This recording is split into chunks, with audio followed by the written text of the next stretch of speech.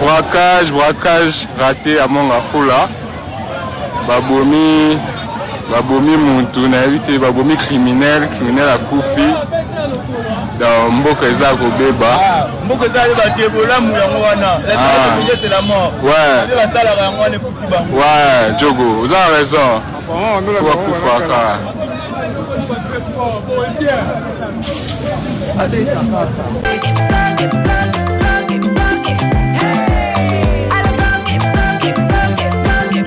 Oyoki elengi ya Congo. Tapez les mains, tapez les mains, tapez les mains, tapez les mains, tapez les mains. Braquage raté à Mongafula. Babomi muntu na évité babomi criminel à Koufi. Dans Mboka eza kobeba. Mboka eza ba debola mu yango wana. C'est la mort. Ouais. Ba sala yango wana futi bango. Ouais, Djogo, vous avez raison. Kwa kufaka.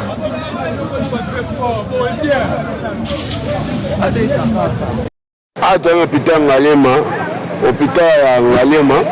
Tout le monde dit que ayaki azana vola mais azole la pema tomeki kolandela ye alobi ke ba criminel bangi babotola ye mutuka parti ya GLM bangi babotola ye mutuka parti ya GLM ba drogué ye yango moni asala effort ameki kokoma awa na clinique Ngalema ndio moni yango oyo emito yango aye na clinique Ngalema donc le gouvernement vraiment ba kolandela a partir ya GLM wana ba criminel ba komi kobata makuna makasi victime ye wana ye moko victime ye wana l'échangeur est limité. Aussi comme chauffeur na bisomoko na kati ya société liboso lopango ya société batindaki mpona kosala recouvrement aye na mbongo or que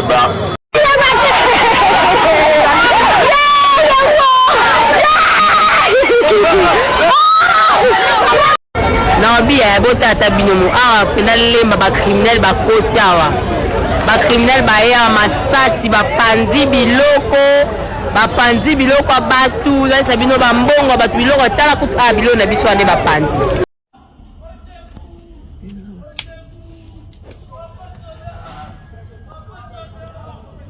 ana moni kuna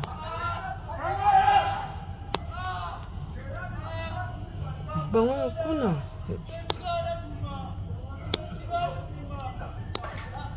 Sunga saka moko bangala baucha deja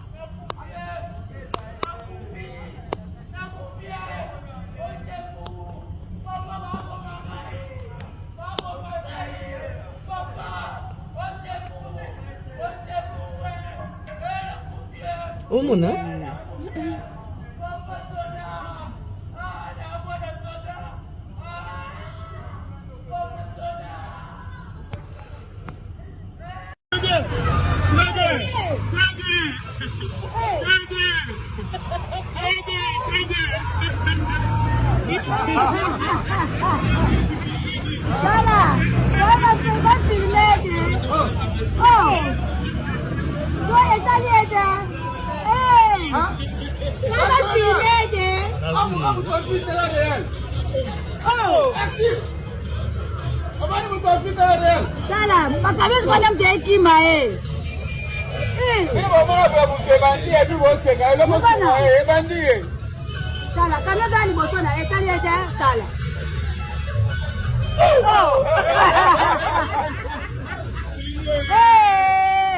Monsieur le gouverneur, est-ce que l'image actuelle, il y a vu les Kinshasa, est-ce que vous êtes fiers non?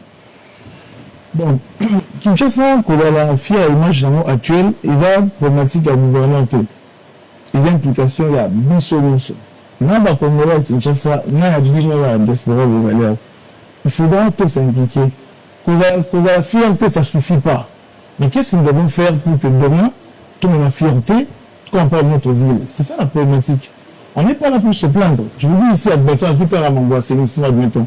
Comment tu poses à une ville où près de 4 décennies, hein, les politiques de clientèle sont définies pour la gestion d'un social ministre. Vous voyez? Alors, maintenant, on ne va pas rester là à ne pas être fier, à se plaindre. Il faut faire tout travailler.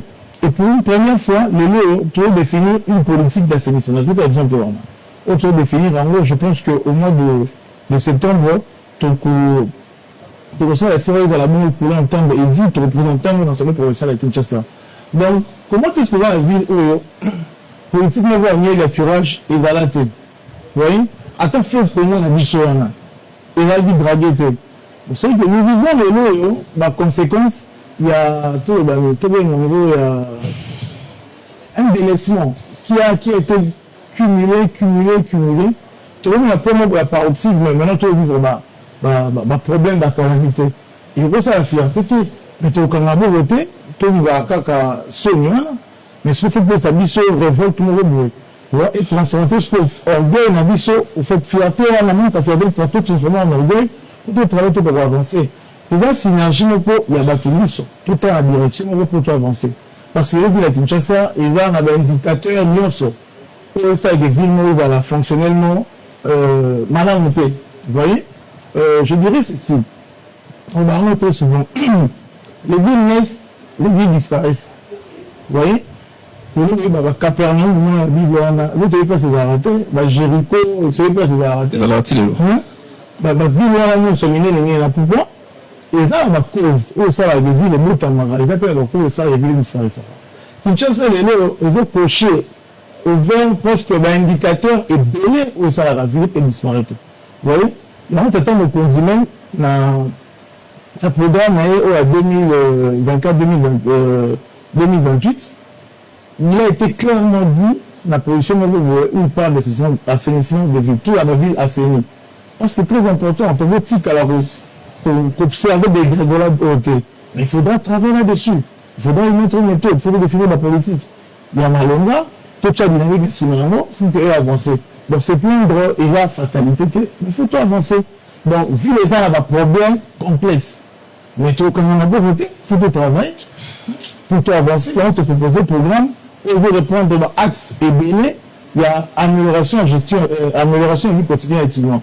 Donc, dès l'emploi, il y a la politique de te mettre en œuvre, tout le monde va avancer, puis voilà. Amandine Chilema.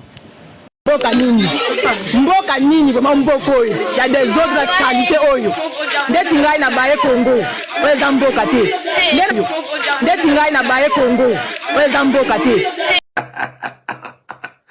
Ah, Chilolo, Chilolo, Chilolo, Chilolo, Chilolo, Chilolo, Chilolo, Chilolo. Wabwa. Zala, si fait pour venir là-dedans. Zala, on a ça, on a chasser comme la mouko.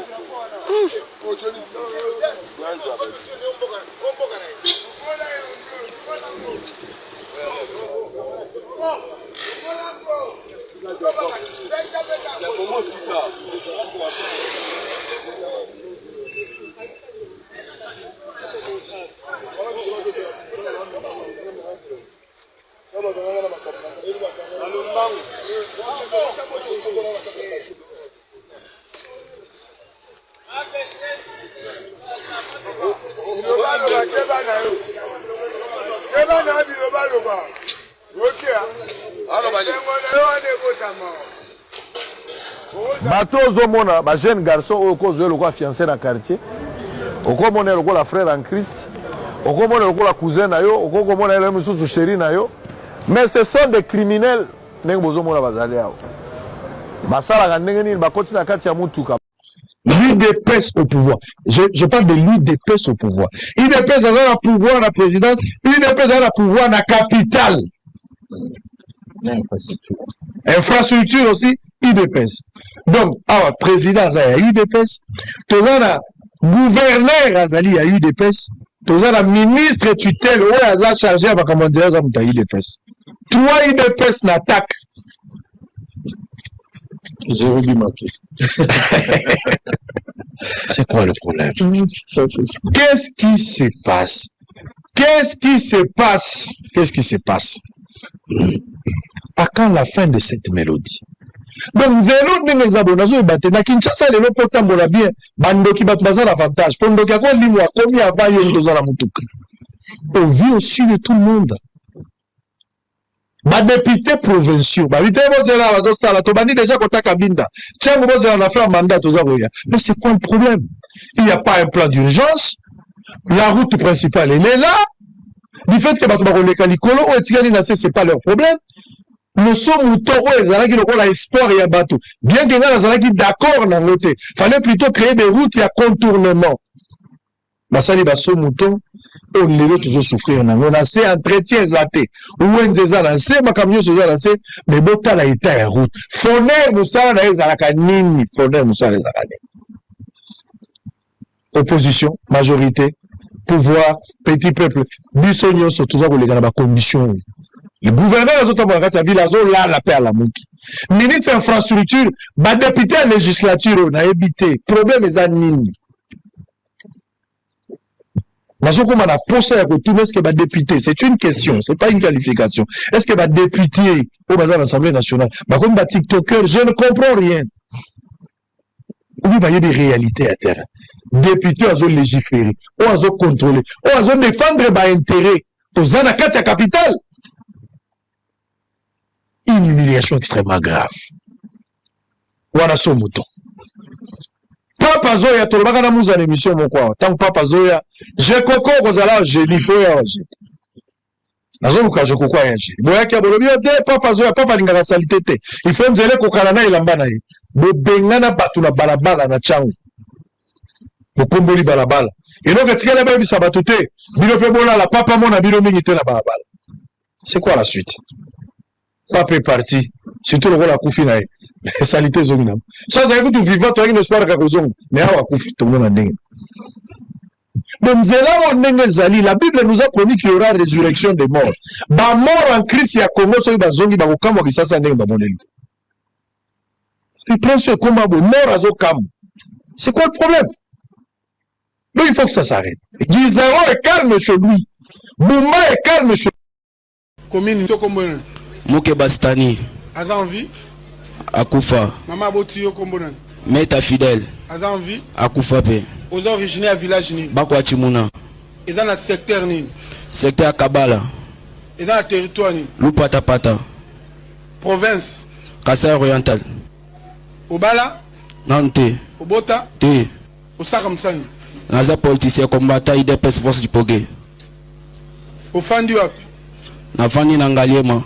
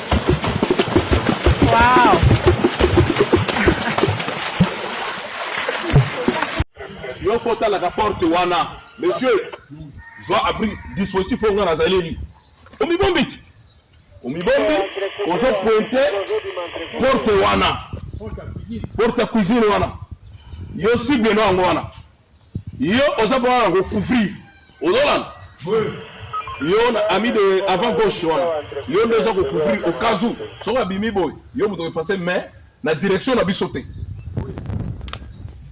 Bozolanda, contrôler amis de gauche et amis de droite. Et puis respecter la distance. Surtout ça.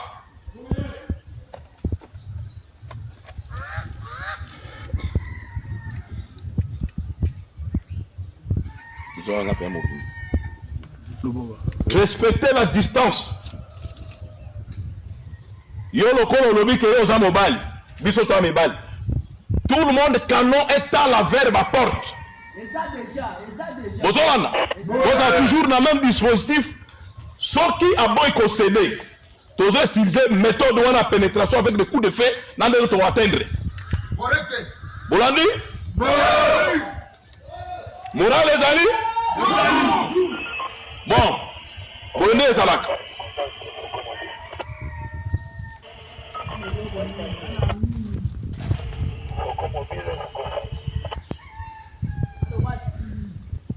Les lots togosila na, le lots togosila. Fungwa la porte bimana malem.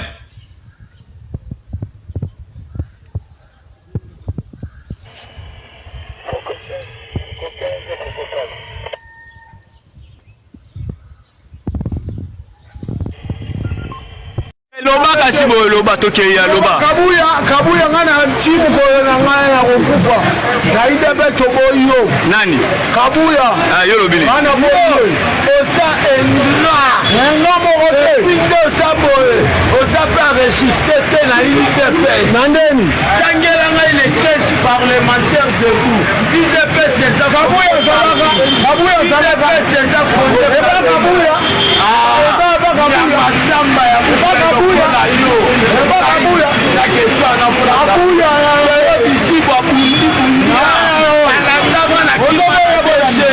mpona kufa kabuya tala lelo lelo na hotel de ville superviseur salaire mpona ye kabuya